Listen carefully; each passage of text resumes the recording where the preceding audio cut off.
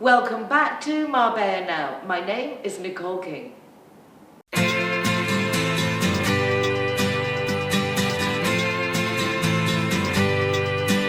Hey, hey, it's a brand new day. Hey, hey, hey, it's a brand new day. Halfway twisted. How wonderful to be back with you in this fabulous new year of 2024. I'm now very delighted to welcome back to the programme Chiara Cantone. I just love the name. It's as cheerful and as joyous as she is. A golf professional who comes in regularly once a month, and it's lovely to have you back, Chiara. So nice to see you. Happy New Year, happy new everything. Happy everything. And I'm just saying, just happy existence. Because you've gone through the happy Christmas, happy New Year, then the Reyes. We've had all the wonderful celebrations, which I love about Spain. Christmas just lasts that little bit longer. Very long. Humbug, bar humbug. We like it, girl, we like it. But for you, obviously, I'm sure it interferes with all your things that you've got organised because people go away, we stop doing things. So your ladies' golf, is that carried on through the holidays, or are you going to start again? What's going on with there? Well, the Golf Academy has been always open because, you know, when people are on holiday, we have them enjoying golf lessons. But the ladies, they have been suspended because, as we have said in previous interviews, a lady is a mother, is a wife, so they always have something to do. So with the kids that they're not at school, then we decided to suspend it, but we will be back. Okay, when? On Saturday, the 20th of January. Perfect.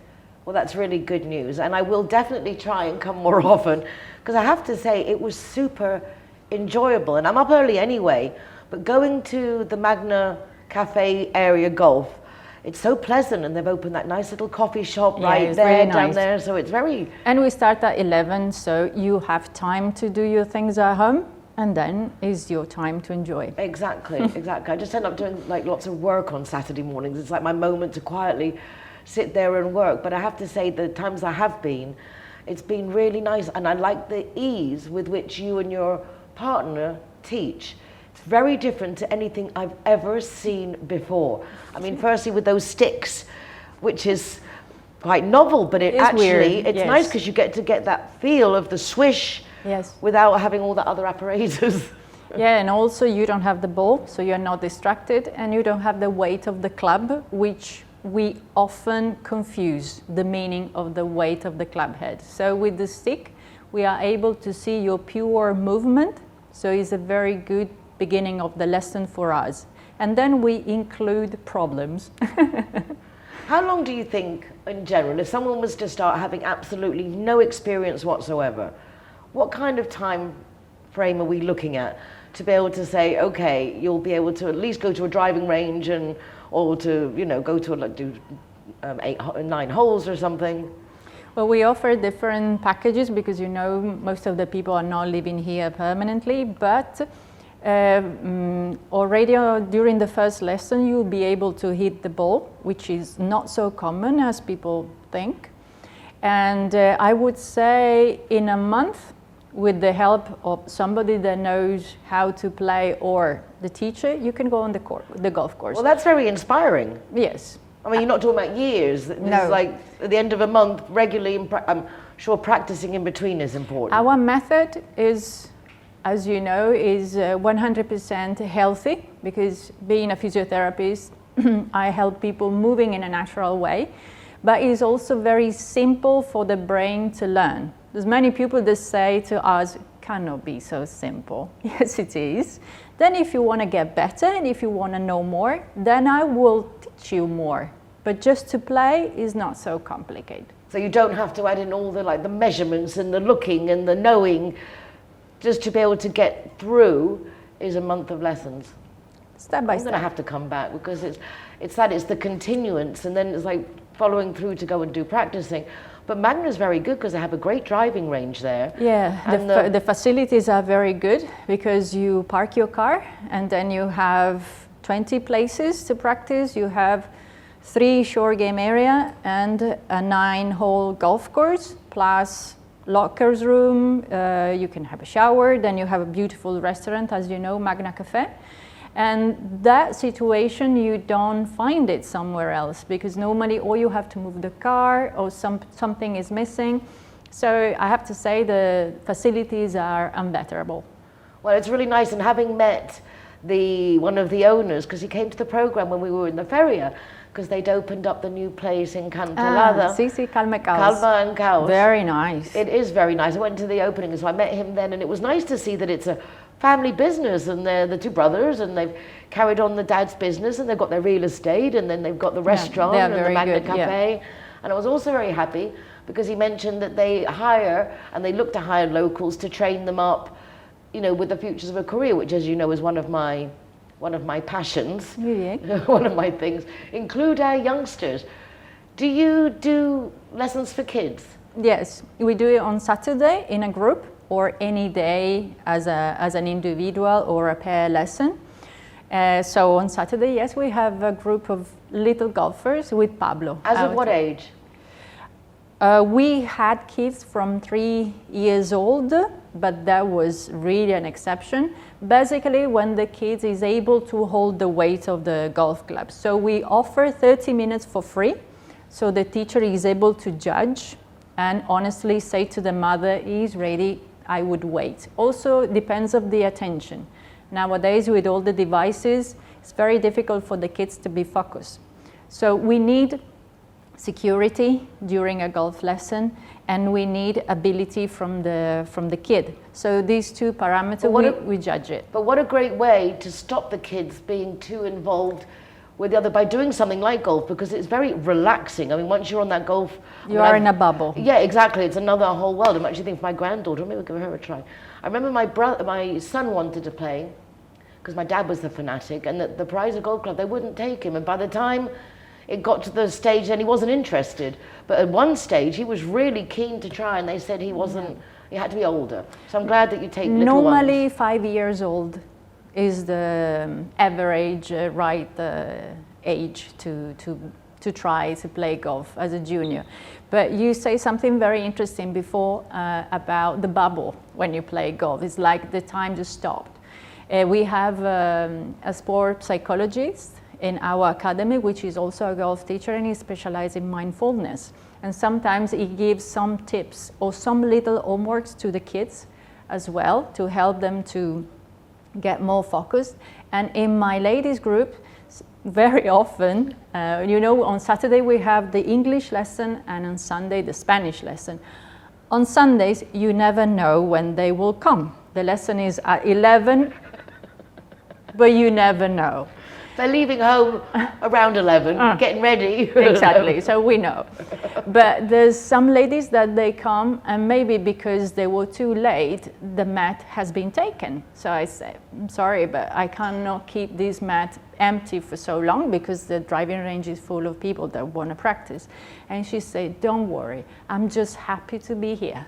So that's so nice. That's how I felt, because there was one week when I went and I arrived late, and there was just, I didn't feel that I could do that, but I really enjoyed They just say, we forget all our problem. It's so nice to be here, and don't worry, I stay here, I order a coffee. It's exactly what I did, and it was so enjoyable because everybody there has got a mission. They're playing golf, or they're waiting for their kids, but it was a very, very nice atmosphere. Yeah, but the people there, like you, I think that for me is the secret. It's the people that makes the place. Well, yes, it's there has to be some chemical reaction, but yes, I think we are a very good team, and for us, the enjoyment is one of the most important ingredients, because the emotion is your switch. If you have fun, then you come back and you remember the lesson. And just in my last post in my Instagram profile, I have a testimonial of a girl that I admire a lot, which she is a yoga de la risa teacher. Okay. How would you laughter yoga exactly teacher. Exactly. So during a yoga lesson, people are laughing all the time, and this is what they do during our lessons. So we want to do an event together, yoga and golf, but laughing all the time. Can you imagine? Yes, that? I think it's fabulous. Yeah, I think and that applies to everything. when we're like really focused and we're trying to make things work, they tend to not work. It's just just letting it flow, enjoying it. When it's fun, go with the flow. It's my mantra for 2024. Let's go for that. Yeah, really. Because I think sometimes we get lost in the process, but we have to just enjoy the moment. I'm very delighted to hear that you're going to Fitur. Yes. So tell me, what are you doing? What's your Fitur, for those who don't know, is the huge annual tourism fair in IFEMA, which is the big exhibition centre in Madrid. I will be going up this year with cameras and recording for See you Marbella there. Now and for Good Morning Spain, and obviously recording you. What are you going to be doing? I will be as a member of the Ibero-American Wellness and Health Association. Okay. It's a long name. Yes, and obviously I will talk about healthy golf. So my project to tour operator, because I have noticed that here in Marbella we have lots of golf players through the whole year. But what happens if you don't play? And maybe you would like to try. I mean, you are in Marbella and you're not hitting a golf course. Come on. I know, that's how I feel. It's shameful. So it has to be included as a package, as an offer. When you come to Marbella, you have different experience. You can go to Granada, you can go to Ronda, you can go to Malaga, but you have to try golf. And is this your idea? Yes. I'm not surprised. But it is exactly that way. If you offer that while you're here in the golf course haven of the world, why not at least try it? Get yourself some There's lessons. so many people that are renting. High five. I like it. I like it. Of course. That's really cool. With like a diploma, like a certificate that I've been to Marbella and I've tried my golf experience. Oh, that is absolutely wonderful. So the trade fair actually starts on the 24th. Yes. So the 24th is what, the Thursday? Is a Thursday Is it or a a Wednesday? Thursday or a Wednesday? But the last 2 days is open to the public, and is when I've prepared something really funny. Tell us, for those who won't be there. I Can you tell us? I will offer a golf lesson express dancing. So by the rhythm of the music, people will learn the position of the swing and we will all dance together. That sounds absolutely wonderful. I want to play. I want to play. So that's what you can do over the weekend when the public are allowed. So if you want to go to Madrid, it's actually really easy because you can get on the AVE. And there are trains it's very nice. that go from 2 hours, 40 minutes up to 3.5 hours, which is nothing to be in Madrid. There is a bar. And you get an original version movie. And there's normally a good film on the train, so you can sit there, you can listen to music, you can put the film on, you can get breakfast, you can work. There's plugs now on most of the trains. No, very nice. No, really, so if you've never been on one of the Spanish trains, the AVE is definitely one to go, and a visit to Madrid is certainly worth it, being so easy. And the stand will be the 3B19. 3B19. I'll be there. Not a threat, but I will see you there. We will come with the cameras and we will make sure that we catch you for posterity. Perfetto. Thank you so much, My Chiara. pleasure. And well, you'll be seeing Chiara around here, but also in IFEMA at Fitur. Congratulations. Thank you very much.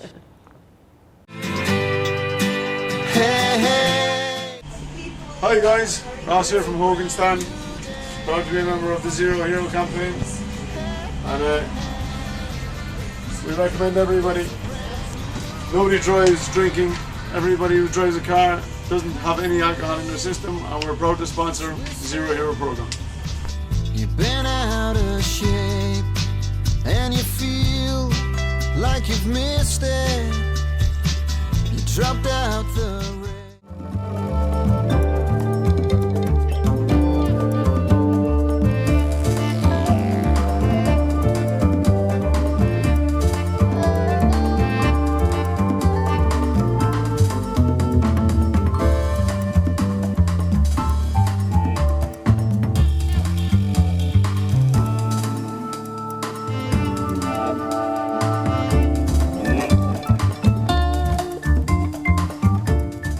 Zero Hero. Welcome to Vigo Banús.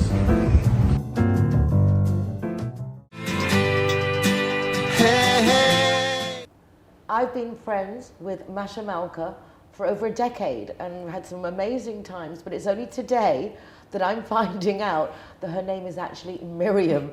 And I know this because it's on the certificate of her PhD. She's now Dr. Miriam Masha Malka. Good morning, Masha.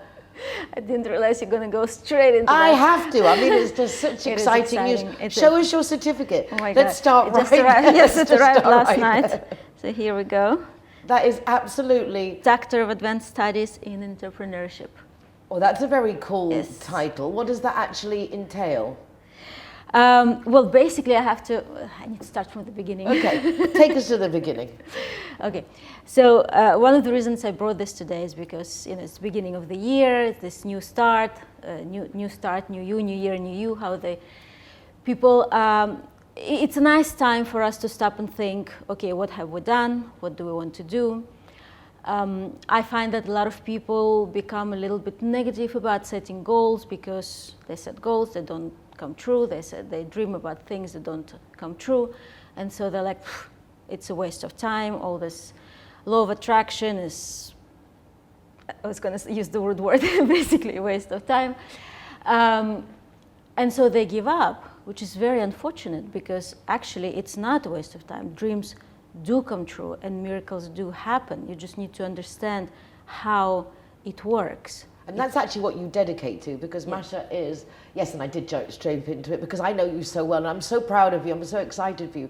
But you are basically, apart from an author and an international speaker, you're a life coach. Yes. And everything you write and do is based on setting realistic, achievable goals and then guiding people in how they can achieve this. So that certainly is one of your dreams. Yes, that's manifested. Yeah, and just to confirm what you're saying, my main passion is to create more happiness for people, because to help them rediscover that spark, that passion for life, rediscover their purpose and live with purpose, and basically enjoy this gift that is given to us and not get disappointed about things. So I've always dreamt of having a PhD. It was one of those big dreams. For the title, Dr. Miriam Malcolm? No, I don't know. I don't think it was for the title. My mom is very much into education, and I actually, also always loved learning. I got my master's when I was already had 3 kids. I got it online, and just having a PhD, it was just one of those dreams. I'm not even sure the actual reason. And in fact, when I started thinking about it, I thought to myself, like, why do I don't really need it, right?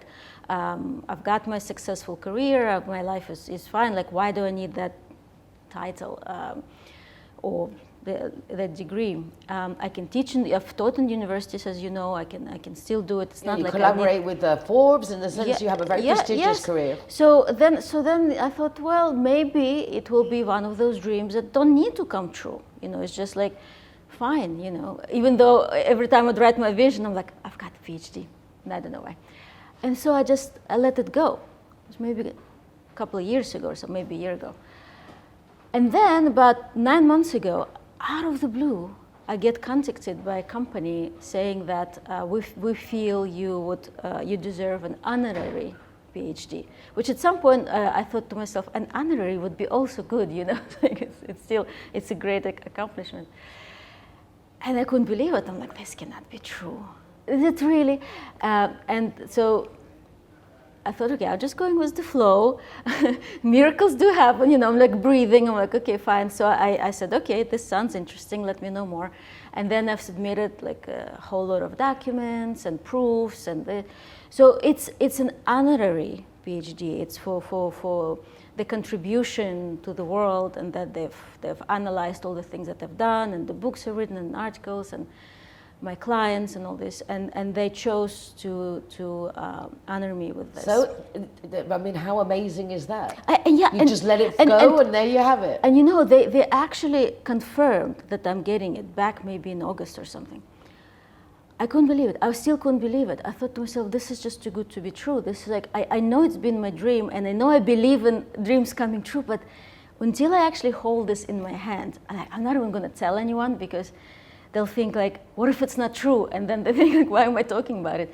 And yesterday when it arrived, there was this big package, and I'm thinking like, what is this? I didn't order anything, and I'm looking like, who is it from? Like, and then when I realized, like, oh my god, and I started crying. Oh, like, it's actually true, it's real, and then, yeah. It's just amazing, and my kids happen to be here now, so we celebrated together. It was just... It's a wonderful achievement, and I think, as you said, that you let the idea go. Yes. In the sense of, why do I need this? And I think that is the secret. In fact, with Chiara Cantone, that we were talking just before, and also about it's the emotion and how you feel, that when you try to force things and work them and make them happen, it actually becomes complicated because you're so busy involved in the process, when really it's just have that feeling of what you want and then going with the flow, which I think makes such a big difference, letting it come as opposed to chasing it. Perfect. You basically just said what I was going to say. Very good. I've known you for a while. I learn. Yes. That's exactly what just crossed my mind. I was like, okay, she's picking it up. It reminds me like when Oprah, she interviews all these people, and then she became also quite wise. But it makes sense. So talking about goals, people sometimes think they have to be doing more and doing different things, and it's all about doing. But really, it's not about doing more. If you want to achieve a goal that you haven't achieved yet, it's actually about becoming. It's about becoming the kind of person that attracts that scenario, that goal that you want, that is comfortable with having that new experience. So becoming that person, you're absolutely right. It is about thinking and feeling different kind of emotions on a regular basis, not just at one moment. Let's say somebody's watching, maybe they're getting inspired. I hope they're getting inspired and think, I want to do things differently, and I want to believe in miracles, and I want to believe that dreams come true. And maybe for that moment they do, but then life takes over and they start thinking negative thoughts and they start doubting. Doubt kills any kind of manifestation. One of my biggest men is Anthony Hopkins, the actor. Yes. And I can hear, I close my eyes, and when I have those moments, it's believe, believe, believe. Even when you don't believe, believe. And it is so true, because it's that moments of doubt, worry, anxiety. If you let yourself go there, then you just literally wallow in that. And it's finding the way of bringing yourself out of it and finding something positive, because energies attract, they really do. So if we use like a metaphysical, from a metaphysical point of view, how it actually works and why what you say is the truth, is that everything is energy. That's been proven. Energy has certain vibrations, just like radio stations. When you tune into certain radio stations, if you tune into the radio station of anxiety and worry and doubt, then that's what you're constantly bringing in. That's what you're listening to. That's where you are. If you tune into the vibration of dreams come true and miracles happen, in my life, dreams come true and miracles happen. That's your radio station. That's your vibration. Then it starts happening. But you need to be there. You need to listen to it. You need to be tuned into it. Don't skip to that other station. And if you find yourself suddenly skipping to that station, you say, not my station anymore. I actually do believe. And in my life, I don't know about others, but in my life, dreams come true, miracles happen. And then, of course, you want to be clear about what your dream is and what it is that you want. But at the same time, as we just discovered, don't hold on to it too tight. Just allow the universe to create miracles for you. There's so many things over the years that I've heard, but one is like, if you've booked a holiday, you wouldn't then go book 10 other holidays just in case that one was cancelled. You would know that you've got your holiday booked, and then it's done, and you know you're going to be there. And basically applying that philosophy to everything. It's like, I've sent out the message, this is what I want, and now just get on with everything and just let the things fall into place. I'm like you, I've been very lucky. I think one of my benefits is, I'm not saying autistic, but I do have that ability to live in my own head, and I live in La La Land. Everything inside me is just really, I'm just dancing and happy inside, and then life happens around. Yes. But if I let myself get involved in that, it's very easy to get carried away on the wrong frequency. Definitely. But when you catch it, so it's being aware, isn't it? Absolutely. Just being aware. Well, how am I feeling? This feeling is not healthy, it's not positive. Change the feeling. Yes. Remember, it's not about doing, it's about being. So being is, you need to be mindful, you need to be in the moment, you need to be noticing the life around you, not just rushing somewhere and constantly being busy, busy being busy. You just want to live life fully meaning present in this moment. Yeah, I think actually some of the best things happen when you least try. As you said, you can even end up getting a PhD and be a doctor. You got your doctorate. I'm very proud of you. Very happy for you. Thank you so and much. congratulations on your little granddaughter. Yes. And I'm just, as soon as I saw you today, it's like, oh my God, she looks just like you. That makes me so happy. She does. I do. When I look at her, I'm like, ah, she looks like me here. She looks like me here. She My does, daughter she really laughs does. at It me. was only when I saw you walk in, it's like, oh my gosh, the baby looks just like you. But how wonderful to have them here. Congratulations to proud mummy as well. That's Yes. really quite wonderful. Thank you so much. So quickly before we finish, you've got a couple of books you've written. Yes. I really like the philosophy, one of the examples in particular books, the 1 Minute Coach. And I love how you just put very simple little ideas. And I think a good one to finish on is that we can both be looking at the same house. But if you're standing at the back door and I'm looking at the front door, but all we say to each other is, I'm here at the address you gave me, and I see the red door, and you're like, no, no, no, it's a blue door. We're both right, but we're looking from different perspectives. And I think a lot of communication problems could be avoided if we were to remember that one. I think that's a good one to remember. We may be looking at the same thing, but we're looking at it from completely different perspectives. We can both be right. Definitely, yes. It's very important to remember that you operate from your own view on this world. Like there's another example, if you're all in this tower and there's little windows and everybody's looking at the window, let's say it's a round tower, and we're all looking at one particular thing and we're saying this is the reality. Yes, for us, this is the reality, it's the truth, it's our reality, but it's not the reality. And somebody's looking at the window a little bit slightly to the side and they're saying, actually, no, this is the reality. So somebody might be saying, I don't know what Masha's talking about, in my life, nothing happened, like everything just goes wrong, no matter what I try, and I tried this and I tried that, but it doesn't work. And then I'm here saying, yeah, it does work. So, but this is my reality. This is their reality. Sometimes, if you want to change your reality, you don't have to. Obviously, maybe you're happy where you are. But if you want to change your reality, just look at a different window. Just realize that you can expand your view on this world and see it from a different perspective, as you're saying, also for yourself. Well, I think wise words to finish on. Lovely to see you again. And Dr. Masha Malka, Dr. Miriam. Wow. Masha Malka. I'm always just finding out your real name. There you go. So it was supposed to be exciting. Supposed to be secret, not secret, but it's a nice name. Most people don't know that. Yeah, I feel very privileged to announce the news of your PhD and to find out her name is Miriam. You're still always going to be our Mashita. Yes. Okay, well, Masha, thank you very much. Thank you for having me. And now let's go and find... And wishing you all your dreams and come true and lots of miracles in your life this year. Thank you. I'm definitely in that phase. And for you as well. Believe. Even if you don't believe. Believe. That's right. Good old Anthony Hopkins. Good words of wisdom, as well as Masha. And now we're going to go and find our lovely Martina Spahn. Hey.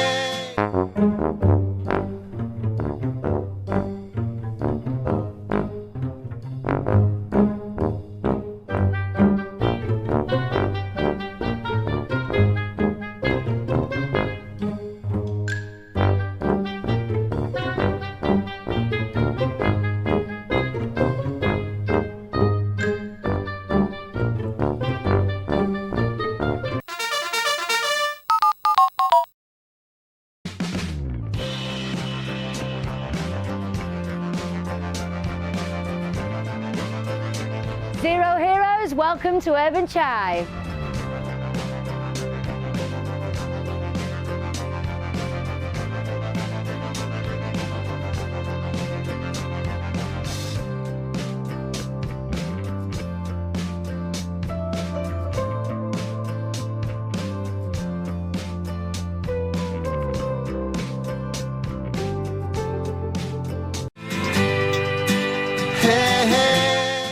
Well, I found the young lady in question, Martina Spahn. Welcome back to Marbella Now. So nice to see you. Happy New Year. Happy New Year, and thanks for having me. An absolute pleasure.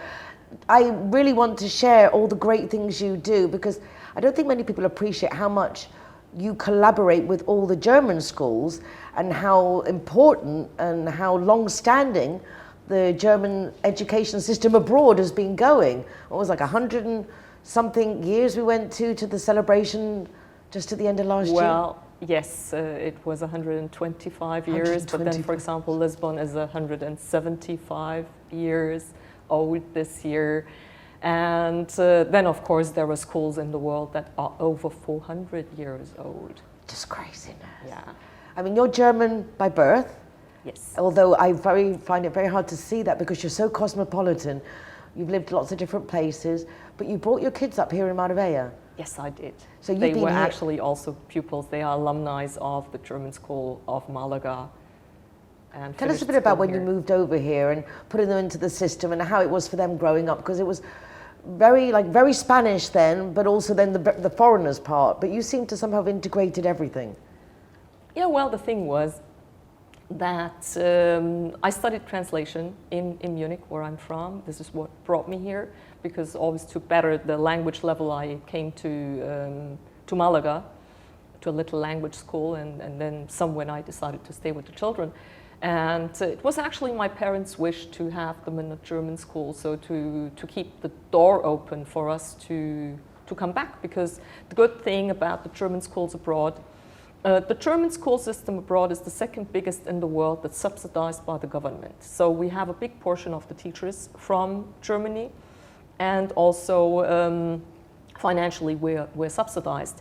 And that means that we have absolutely the same finals they would do in Germany, which is a school system where you are allowed to study anywhere in the world. A lot of people don't know that. You don't need any extra exams. You can walk into any university worldwide with the German Abitur, which is the German high school diploma. And so for my children, it was actually quite easy to adapt, because the school gives you 2 years to learn Spanish. We are perfectly bilingual. All of our schools are bilingual, if not trilingual, because the English level is extremely good too. And then we also teach French, but in the first 3 languages, it's really a perfect level, very, very good language level. Well, a lot of children in our class were accidentally from Munich too, where we are from. So for my children, it was a pretty soft landing, I would say.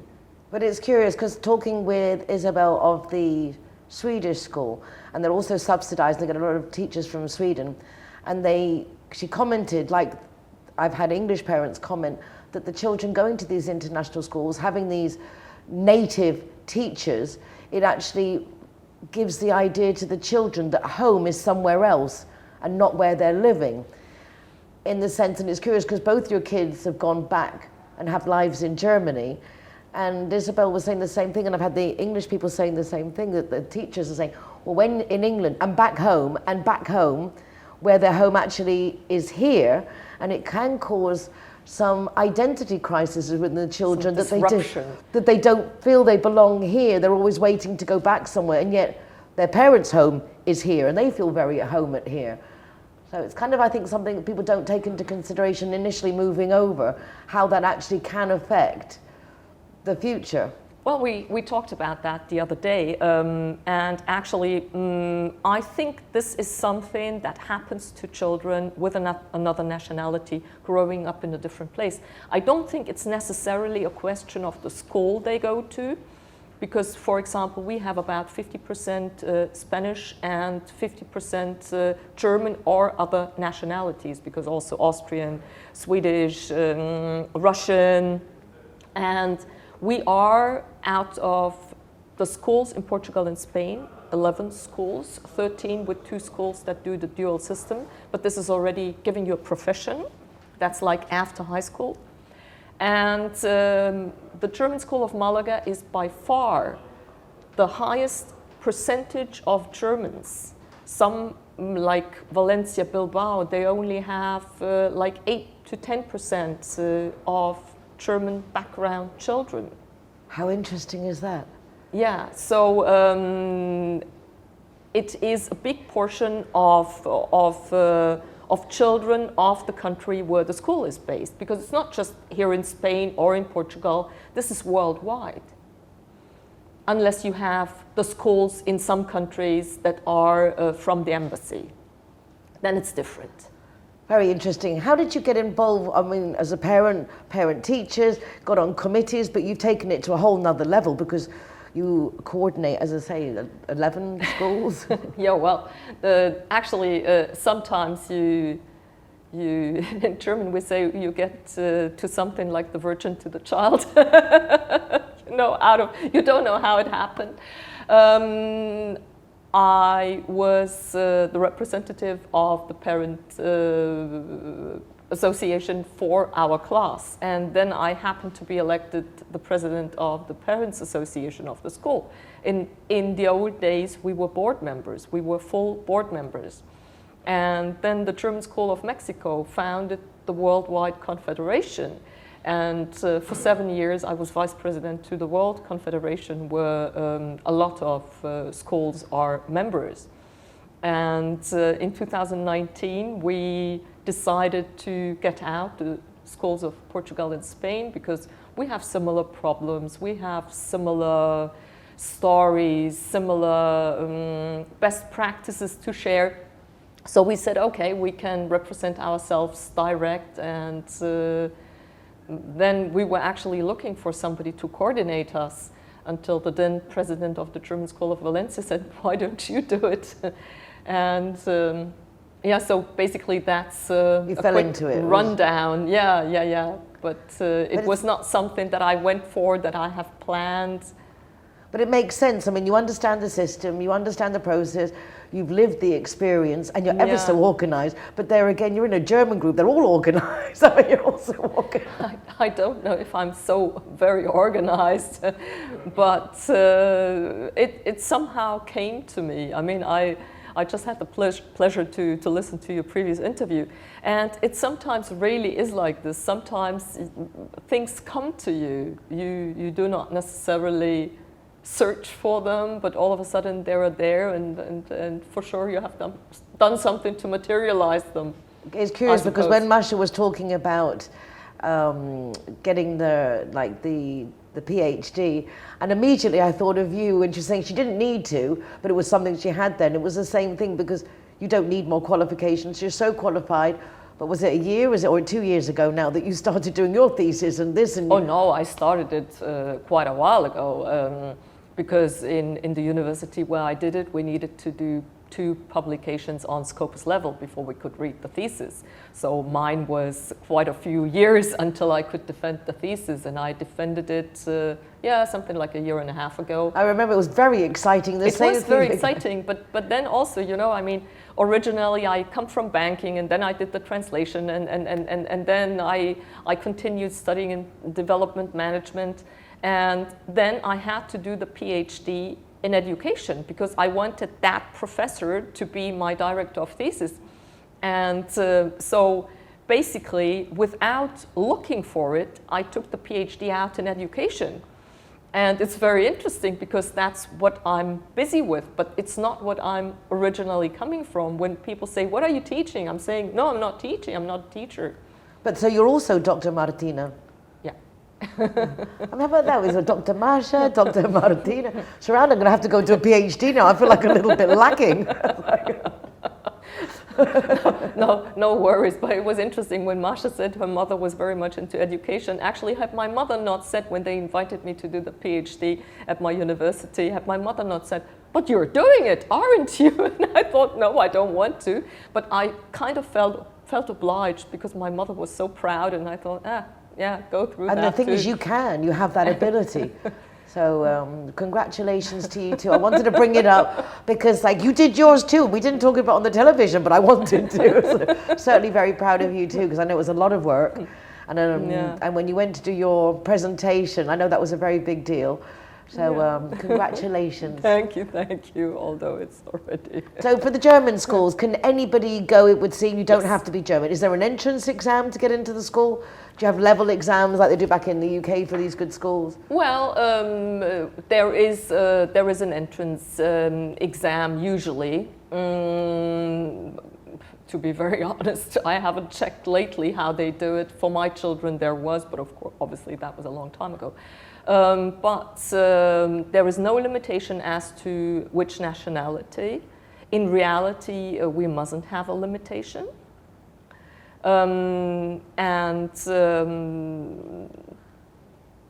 I would say it's a very, very good system, and you have a lot of support if you need to better the language level, because of course it is very important you speak the language properly. I did Home Deutsch CD for like 3 years in the car.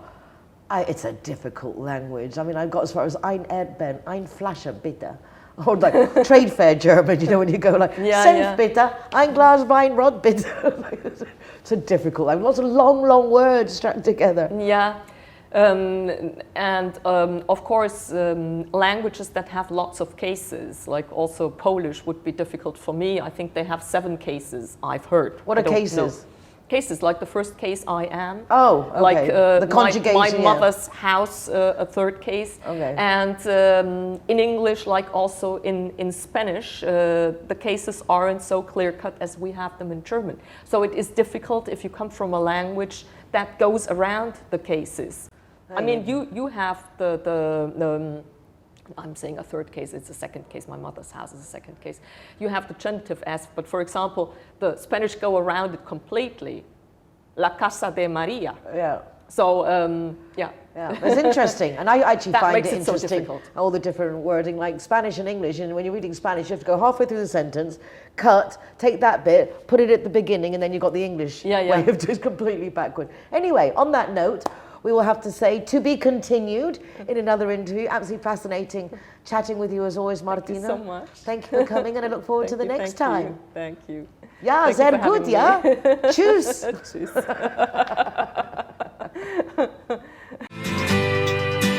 Hey, hey.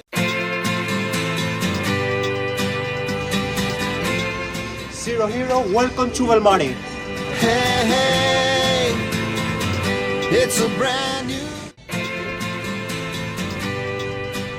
Zero Hero, welcome to the Sister Restaurant. hey, hey. Buenos días, Marbella. Feliz mañana de lunes. Menos mal que van bajando las temperaturas. Ya quedó atrás este verano de 1982 en el que... La velocidad, la rapidez, la inmediatez. Qué manía con tenerlo todo para allá. No se habla de otra cosa, oye. Lo quiero ya. Tranquilo. ¿Y si nos tenemos que tomar la vida con más calma? ¿Y si resulta que esperar no es tan malo? ¿El último? ¿Yo? ¿En qué momento dejamos de palpar? Y no porque nos obligaran a usar un gel y una mascarilla. Hablo de contemplar, de pararnos unos segundos a conectar con lo nuestro. ¿Se nos está olvidando tener paciencia?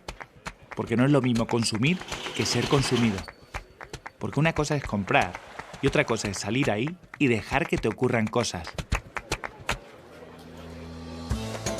De eso hablo, de que le digas a Antonio, haz favor, calentito pero no hirviendo, que con el de ayer me quemé el labio, mira. Y que Antonio te diga... ¿Qué exagerado eres? O que le digas a David, no, hoy ponme nada más un churrito que me he puesto a plan. Y claro, él te mira con esa cara. A plan lleva desde que te conozco. Pepe, hoy tengo una cita, ponme guapo. Que tampoco soy mago, ¿eh?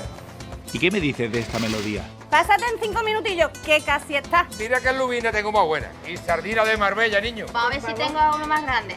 Raúl, aspecto de la 15. Música celestial. Cuarto y mitad, una mijilla, un pedazo. Eso tiene un chigate, ¿eh? Un chigate. O una pechá. ¿Y los ratitos qué? ¡Ay, los ratitos! Qué ratito tan buenos chamayé, ¿eh? Hay que ver el más rato que le dio. Pásate en un ratillo. Pues a esto hay que echarle un buen rato, ¿eh? Cuando compras en tu barrio, tu bolsa o tu caja no solo contiene productos. Está llena de vida, de ratitos. Tiene un poco de Juan, de Loli, de Pedro y de Yolanda.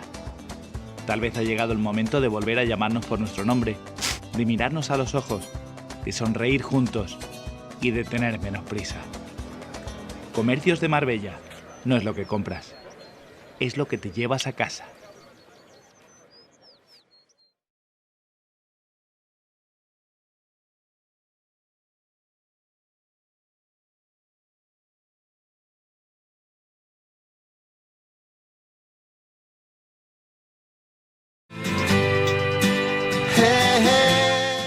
Jerry Hagan is Scottish. I see Jerry at Quiz at the Hogan stand on Thursday evenings. His lovely wife, Rachel Garrett, is a breathing specialist and wonderful courses with her. But the reason I brought Jerry on the program today is because on the 27th of January, he is organising a fabulous Burns night at the Guadalmina Golf Club. Now, those who aren't Scottish might not have any idea what Burns night is all about, and so Jerry is going to tell us all about it. Jerry, good morning. How lovely to see you. Good morning. Lovely to have you. Oh, to be here. Yes. Afternoon. Good morning, good evening, good afternoon, because Yeah. the program's on several times of the day. Yeah. So whenever you're watching, just good to have you with us. You're very Scottish. I hear it in your voice. You're very proud of it. I remember the Hogan stand a few years ago. There was a Burns night, and you had there the bagpipes, and your kilt was on, and everything. Yeah, dressed to the haggis. Dressing the haggis. The only thing I think of haggis, I think, was from a Goody song, and they talked about the haggis, or the Monty Python, and they had a whole ode about the haggis. Yeah, that's the yeah, first yeah. I've heard of the haggis. But who was Burns, first of all? Robert Burns was a poet, the first of the Romantic poets, born in the mid-1700s. He died at the age of 37 of rheumatic fever. But in that time, he wrote over 700 poems and songs, and he became very popular. As a poet, he had two features to him. He started the era of Romantic poetry, which is which heavily influenced Shelley, Wordsworth, people like that. And the second thing, or maybe three things, the second thing he did, he was very much in favour of the little man, the common man. He was very much a liberal type of, almost a proto-socialist before socialism came along. And the third thing he did, he wrote for the first time, not in high English, but in the vernacular. So when you look up these words, and I'm trying to interpret them, get a dictionary out, every word I think it's meant to be Scottish is Old English, Old English, Old English. So, but now he's famous around the world. So how come he became so famous? Do you know, for example, this is all over the world. So for example, the first person to appear on a Coca-Cola bottle, Robert Burns. No way. Yeah. And why was that? Why would they have chosen Because him? Robert Burns is really famous in North America. The early American presidents, remember the American Revolution, what I said about the common man, etc.? That was what they were about. He was anti-monarchy. But without Instagram and Facebook and TikTok, how did anyone even know he existed from Scotland and the rest of the world? It's amazing because he was about to move to Jamaica because he had no money, but he published a little book of poems, poetry, and it suddenly took off. It was a bestseller. It was selling for 3 and 6 at that time, which is a lot of money. So suddenly he became famous. So he stayed and wrote more poems. Early American presidents, there were Abraham Lincoln loved him, Winston Churchill loved him. His book of his poems has been taken into space by the astronaut Nicholas Patrick. The original Burns Club was in my hometown, started in 1801 in Greenock. But the biggest Burns Club in the world now is where? Guess? Moscow. Really? Yeah. He's very popular in China. Chinese children are taught his poetry in school. So we've got these, basically they're fan clubs. Yeah, fan clubs that have prevailed over the centuries. More than just fan clubs. If you exclude religious statues, the person with the most statues in the world is Queen Victoria, then Christopher Columbus, number 3, Robert Burns. More than any other English poet or playwright, shall I mention, for example. So he is internationally famous, much more famous than people in Britain and Scotland as well. But he was voted by Scottish television viewers a few years ago as the greatest Scot of all time. So, well, obviously you're all very proud of him. Yeah. I mean, it is nice to see that this pride. Some of the poems I heard last year in a Burns night, and it sounds like he was a bit of into the ladies. He was a ladies' man and a drinker. That's not what killed him. He died of rheumatic fever, but he had 12 children by 4 different women. In fact, he was run out of my hometown for making so many girls pregnant. He wanted to make sure his legacy lived on. Yeah. And then you sometimes see Burns suppers on Scottish TV or something, and it's very pale-faced and pokey. It's a bit like somebody celebrating Oasis and Mick Jagger in 200 years' time. I met a divorcee in New York City. I had to take it upstairs. I mean, Burns wasn't like that, and I tried to do, you've seen me do it before, I tried to do a more humorous version, because he was a Jack the Lad, out with the boys, Freemason, making girls pregnant, and once he made money, he had fun. Like, he'd be a rock star of those times. He was a kind of rock star, he was famous The all rock over stars. Britain. No, I like the analogy that you gave. It'd be like 200 years time talking about Mick Jagger. Yeah, I can see that. I want the wall. Nobody does it like that. That'd be ridiculous, wouldn't it? But they do. Like, come on, do you know who Burns was? He was a Jack the Lad. You know? So tell us, on the his day is the 25th, but you're doing an event on the 27th, the Saturday. The 25th of January was his birth date in Alloway in there, but in Scotland and around the world, Burns nights were going for the week before and the week after, etc. There are big Burns nights in the USA, Canada. There's even one I've discovered when I was looking up. There's even one in Vancouver, because of the big Chinese population in Vancouver. They call it fat haggis choy. So Chinese New Year and Burns Night are around the same time, so they've integrated Burns Night into Chinese New Year. How cool is that? So what can we expect to go? So everyone's welcome to go. So this is an open invitation now. That there's going to be dinner, entertainment. Explain a bit how the evening's going to go. It's a great opportunity, I think, for an insight into Scottish culture and history. It starts off by, it'll be me that's doing it. I'll do the Selkirk Grace, which is a grace before food, before meals, Burns wrote. And then as soon as I finish, the piper starts up and it comes in, he comes ahead and the chef comes behind him with the haggis.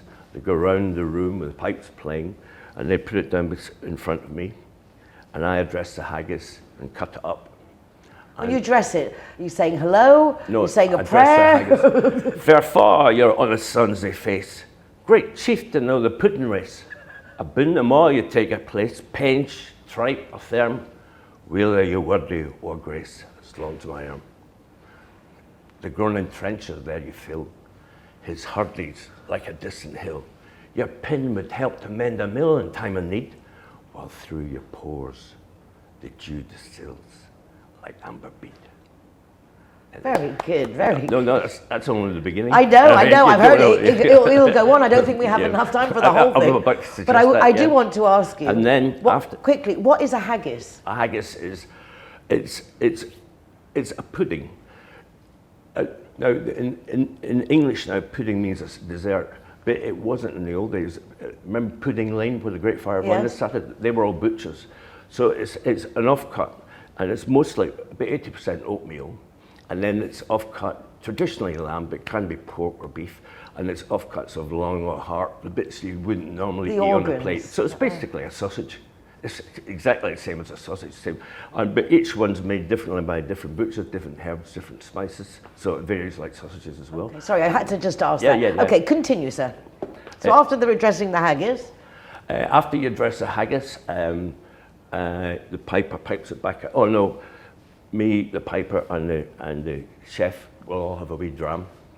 I don't know why we have a wee dram, because in Burns' Because you're Scottish. No, in Burns' we dram whenever you can. In Burns' day, he'd be drinking claret that come in from France. Whiskey was a poor man's, like, hidden up in the hills, still type thing. Whiskey hadn't become the industry it is now. Then we have a wee dram, and he pipes back out again. And the piper will play an off tune at night. We'll eat food. The piper will play different tunes, patch up and down. You really get into it. And then we have 3 speeches traditionally. First of all, the toast to the lassies. So a man toasts the lassies. That's Jeff Bromwich. And then the reply on behalf of the lassies is Linda Wooden, that you know. Oh, wonderful. And then Campbell Ferguson. Campbell is proper Scottish. Jeff is English, but he's been to travel around the world, so many Burns suppers, etc. He wanted to be in on it. That's fabulous. And then Campbell Ferguson does the traditional, the immortal memory, talking about Robert Burns and some of his poems, etc., etc. And then traditionally you finish with that song. Burns wrote, he was a poet, but he used to take folk songs and change the words and he updated into It's now the third most popular English song in the world according to Guinness Book of Records, Auld Lang Syne, which is about... So that's credited to Burns? He wrote it. Oh, there you go. Yeah. I'm now well educated. When I'm in Tokyo, I used to go to Tokyo a lot, when you're in this big department store, half an hour before it's closing, they start playing Auld Lang Syne, so you know how to hurry up. Oh, well, I'm so looking forward to the evening, and I would hope that you guys will check it out. There's a lovely 3-course meal. It'll be very different. It's a different night, and I think a great opportunity to get to know one of the 140 plus nationalities that live on the Costa del Sol, being the wonderful Scots. But don't scare people, because a lot of people are scared of haggis. First of all, when they taste it, go, oh, that's nice. But secondly, we only have the haggis as a little starter, with traditionally with neeps and tatties. Neeps, we call it turnip, but you would call it swede, because haggis are quite dry, and the swede gives it a wetness, and potatoes, mashed potatoes. And we'll be doing a whiskey sauce on the night, or you can bring your own whiskey and put it on. Well, maybe you shouldn't say that. Yeah, don't, not to the Guadalmina Hotel, Golf Club. Golf Club. But then the rest of the menu is very normal. Yeah, yeah. So you'll have a very normal, lovely salmon meal. Or steak, and then we finish off with Cranachan, which is a traditional Scottish dessert with raspberries, meringue, cream, etc. Sounds delicious. Sounds like a lot of fun. I'm very happy to be going, and I will be recording so that everyone gets to see it. But don't miss it. Don't wait to see it on the television. Contact, I suppose, directly to the Guadalmina Golf Course, or yourself to make the bookings? Or me, yeah.